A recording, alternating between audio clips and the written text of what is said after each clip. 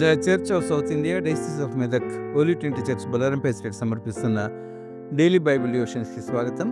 ఈ కార్యక్రమాన్ని వీక్షిస్తున్న ప్రియాతి ప్రియమైన ప్రేక్షకులందరికీ పరిశుద్ధాత్మ దేవుని తోడు నీడ, ఆయన అపార ఆశీర్వాదాలు ఎల్లవేళలా వర్షించాలని ప్రార్థిస్తున్నాం. పరిశుద్ధాత్మ దేవుని గురించి ఈ వారమంతా కూడా మనము వింటున్న దైవ సందేశాలలో భాగంగా ఈరోజు the characteristics of the holy spirit, పరిశుద్ధాత్మ దేవుని లక్షణాల గురించి తెలుసుకుందాం. ఈ అంశంపై ఈరోజు మన హోలీ ట్రినిటీ చర్చ్ సంఘ సభ్యులు శ్రీమతి క్లారిజా క్రిస్టిన్ ఫిలిప్ గారు దైవ సందేశాన్ని అందిస్తూ ఉన్నారు. కార్యక్రమంలో ముందుగా ఈ భక్తి గీతాన్ని విందాం.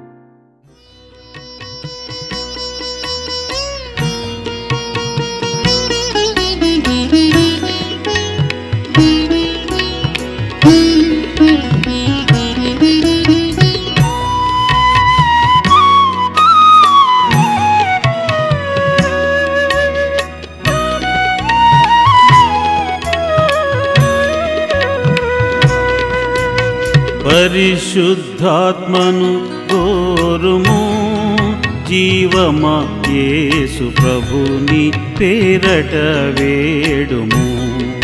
జీవమా యేసు ప్రభుని పేరట వేడుము. నరులందరి మీద నాయాత్మనుంతునని పరలోకపు తండ్రి పలికే వేదమునందు. పరిశుద్ధాత్మను కోరుము, జీవమా యేసు ప్రభుని పేరట వేడుము. జీవమా యేసు ప్రభుని పేరట వేడుము.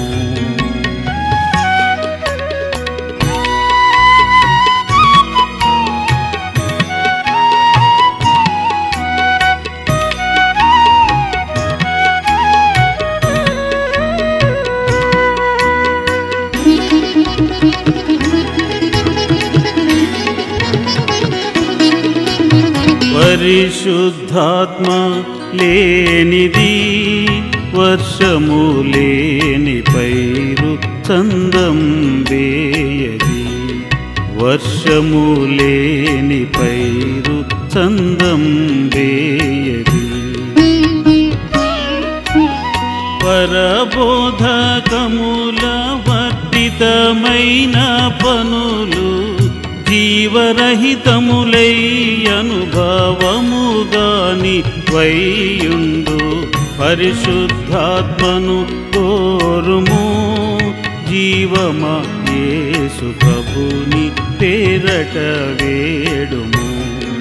జీవమా యేసు ప్రభుని పేరట వేడుము.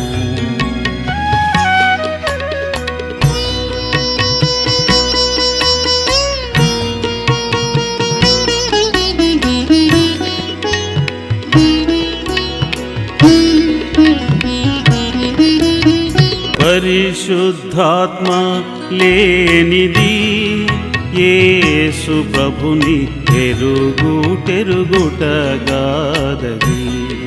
యేసు ప్రభుని ఎరుగుటెరుగుటగాదది. నరరూపు దాల్చి దుర్నరుల రక్షణ కొరకు మరణముందిన ప్రభుని కరుణాధికము వడయ. పరిశుద్ధాత్మను కోరుము, జీవమా యేసు ప్రభుని పేరట వేడుము. జీవమా యేసు ప్రభుని పేరట వేడుము.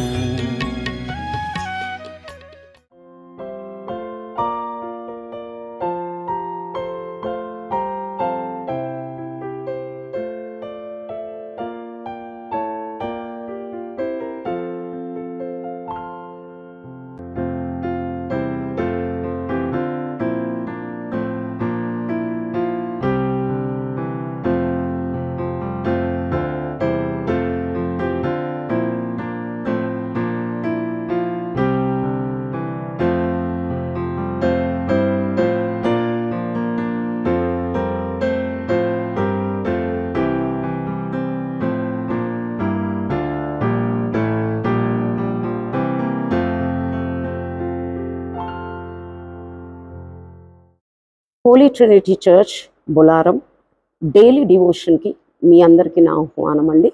యెషయా గ్రంథము 11వ అధ్యాయము 2వ వచనం. యెహోవా ఆత్మ జ్ఞాన వివేకములకు ఆధారమగు ఆత్మ, ఆలోచన బలములకు ఆధారమగు ఆత్మ, తెలివిని యెహోవా ఎడల భయభక్తులను పుట్టించు ఆత్మ. సో ఇక్కడ మనం గమనించినట్లయితే మనము పరిశుద్ధాత్మ గురించిన ఈ మాటలు మనం ఇప్పుడు చూసుకొని ఉంటున్నాము. మరి ఈ ఆత్మ ఏమి చేస్తున్నది అని కొన్ని మాటలు ఇక్కడ వ్రాయబడి ఉన్నది. జ్ఞాన వివేకములకు ఆధారమగు ఆత్మనంట. అంటే ఒక వ్యక్తికి జ్ఞాన వివేకములను కలుగజేసే ఆత్మగా పరిశుద్ధాత్మ ఉంటున్నాడు. అలాగనే ఆలోచన కలగజేసేవాడిగా, ఆలోచన చెప్పేవాడిగా మరి పరిశుద్ధాత్ముడు ఉంటున్నాడు. అలాగనే దేవుని యొక్క బలమును ప్రసాదించే మరి పరిశుద్ధాత్మగా మన మధ్యన ఉంటున్నాడు. తెలివిని యెహోవా ఎడల భయభక్తులను పుట్టించు ఆత్మ, తెలివిని ఇచ్చే ఆత్మ. అనేక మార్లు తెలివి లేని వారలారా అని ఇంట్లో ఉండే పిల్లల్ని కావచ్చు, ఇంకెవరినన్నా మనం ఈ విధంగా అంటూ ఉంటున్నాము. తెలివి లేదు, తెలివి లేని వారిని చూసి మనం ఆ విధంగా అంటున్నాము. కానీ మరి పరిశుద్ధాత్మ మనకి తెలివిని ఇచ్చే ఆత్మై ఉన్నదంట. యెహోవా ఎడల భయభక్తులను పుట్టించే ఆత్మగా కూడా ఉంటున్నదంట. మరి యెహోవా ఎడల మరి దేవుడి ఎడల భయభక్తులను పుట్టించే ఆత్మనంట. అంటే భయభక్తులు అనేది ఆయన యొద్ద నుండి, లేక పరిశుద్ధాత్మ దేవుడి యొద్ద నుండి మనం భయభక్తులుగా ఉండగలుగుతున్నాము. ఎందుకంటే ప్రతిసారి ఆయన వాక్యం ద్వారా కావచ్చు, మరి ఆయన కళల ద్వారా కావచ్చు, మరి ఆయన మనల్ని బలపరిచే విధానం కావచ్చు, లేక ఆయన అనేక విషయాలు మన ఆత్మతో మరి మాట్లాడిన విధానాలు మనం చూసినట్లయితే ఇక్కడ చూస్తుంటున్నాము. మరి ఆ విధంగా ఒక్కసారి దేవుడి యొక్క పరిశుద్ధాత్ముడి యొక్క కార్యములు మనం చూసినప్పుడు ఒకలాంటి భయము పుట్టుకొస్తుంటుంది మన లోపల.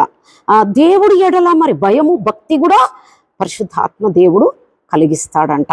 అనగా తండ్రి విషయంలో భయము, కుమారుడి విషయంలో భయము, పరిశుద్ధాత్మ విషయంలో భయము.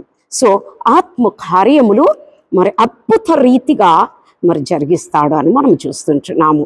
మరి ప్రాణ, ఆత్మ, శరీరాలకి మరి కావలసిందంతా కూడా మరి ఏ విధంగా ఒక వ్యక్తి ఉండాలనో అదంతా కూడా దేవుడి ఎదుట శక్తివంతులుగా అయి మనం నిలబడటానికి మరి ఈ విధంగా మనకి భయభక్తులు కూడా కలగజేసేవాడు. జ్ఞానం లేని వారిగా మనం ఉన్నట్లయితే మరి ఆ జ్ఞానులు వలె మనం కాకుండా చీకట్లో నుండి ఆయన వెలుగు లోపలికి వచ్చిన బిడ్డలమై ఉన్నాము. కాబట్టి మనము మరి ఇటు విషయము మర్చిపోకూడదు. పరిశుద్ధాత్మ దేవుడి యొక్క మరి పాత్ర ఎంతవరకు ఉన్నది, పరిశుద్ధాత్మ దేవుడు నా జీవితంలో ఏమేం చేస్తున్నాడు అని ఈగర్నెస్ తోటి, లేక అతి మరి ఉత్సాహంతో ఆయన యొక్క మెసేజ్ వినడానికి, లేకపోతే ఆయన యొక్క మాటలని తీసుకునే విధంగా మనం ఉంటున్నాము అని మనం చూడవలసిన వారమై ఉన్నాం. ఈ వాక్యంని బట్టి మనకి ఏమర్థమవుతుంది అంటే, he is a mighty God.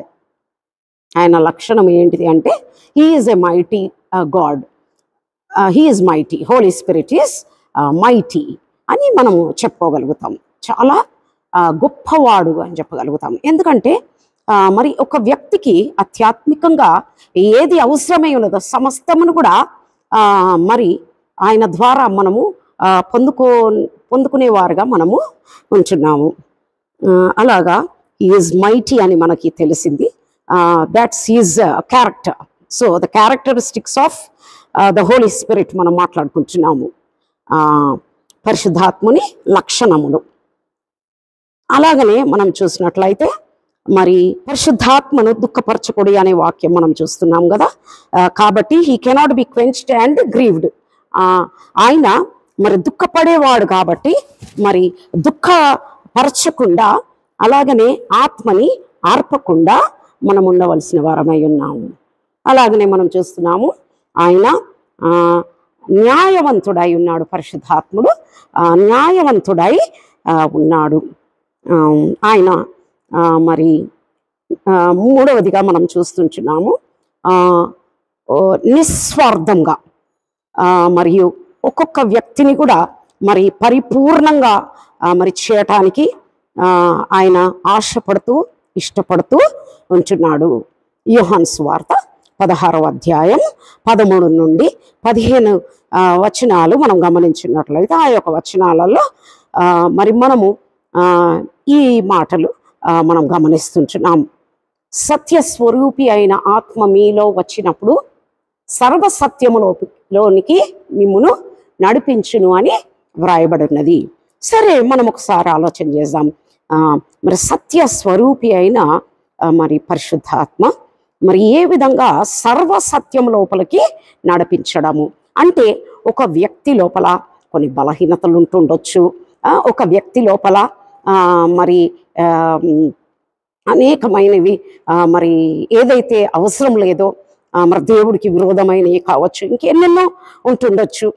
మరి సత్యము అంటే ఎక్కడి వరకు ఆగిపోతున్నారు అక్కడ? మరి ఓన్లీ నాకు తండ్రి కుమార పరిశుద్ధాత్ముడు నాకు తెలుసులే, అప్పుడెప్పుడో నేను బ్యాప్టిజం పొందుకున్నాను, అది మటుకు తెలుసు. పాస్టర్ అక్కడికి వచ్చేసి తండ్రి కుమార పరిశుద్ధాత్మ పేరట నీకు బాప్టిజం ఇస్తున్నా అన్నాడు. అక్కడికి ఓకే, అంతే చాలు అనుకుంటారు. కానీ అలా కాదండి.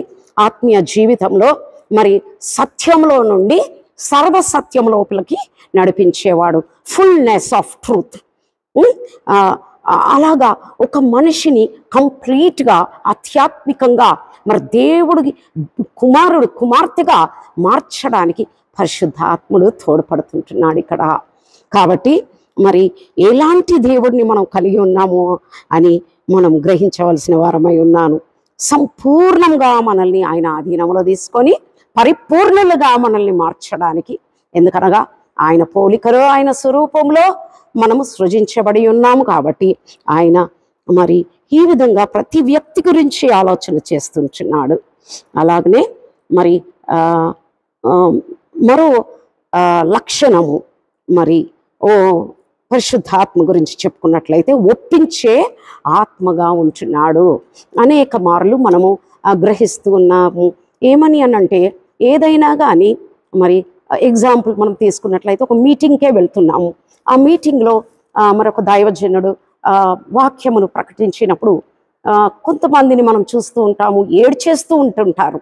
మరి ఇంకొంతమంది అయితే మరి వారు ఏం చేస్తుంటారు అని అంటే మరి వారికి తెలియకనే చాలా ఏడవడమే కాదు, ఒక ఏమంటాము అనంటే దేవుడి యొక్క భయము వారి లోపల వచ్చేసి ఆ సమయమున మరి ఆత్మ ఒప్పిస్తుంది. వాళ్ళు చేసిన ప్రతి పాపమును కూడా వారు గ్రహించేలాగా చేస్తుంది.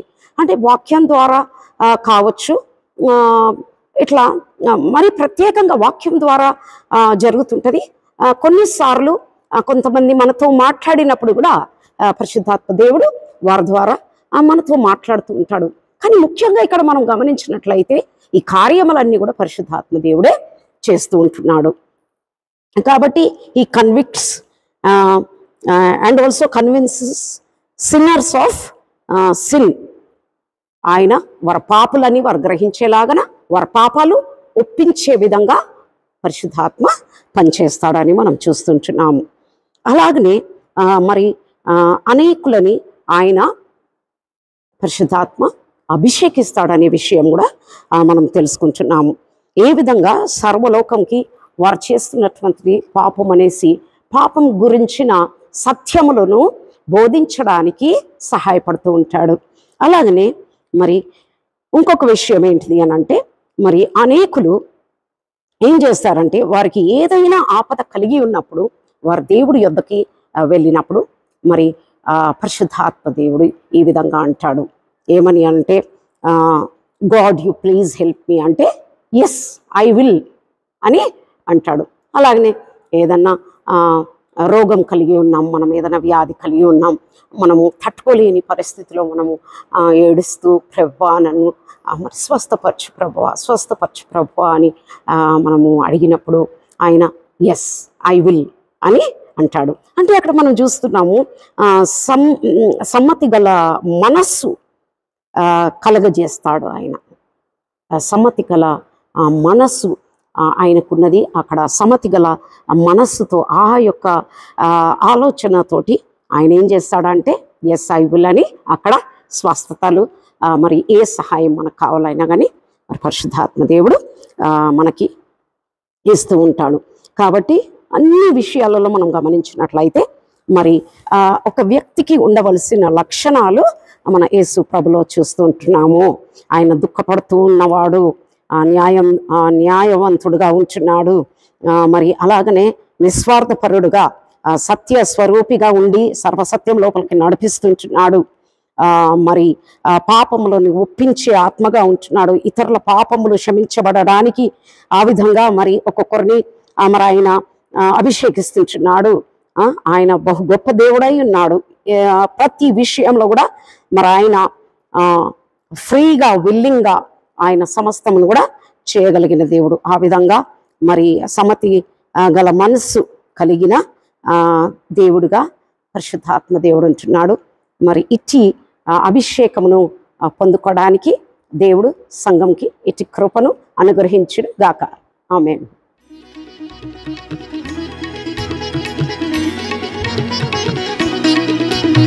పరిశుద్ధాత్మ లేనిది జీవము లేని బ్రతుకుగాదది.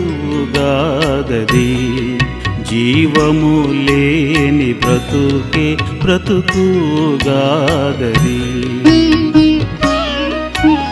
దురితే చలను గొప్పయురులందగిలి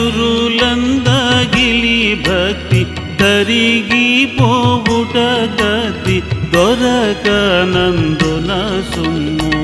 పరిశుద్ధాత్మను కోరుము జీవమా యేసు ప్రభుని పేరట వేడుము. జీవమా యేసు ప్రభుని పేరట వేడుము.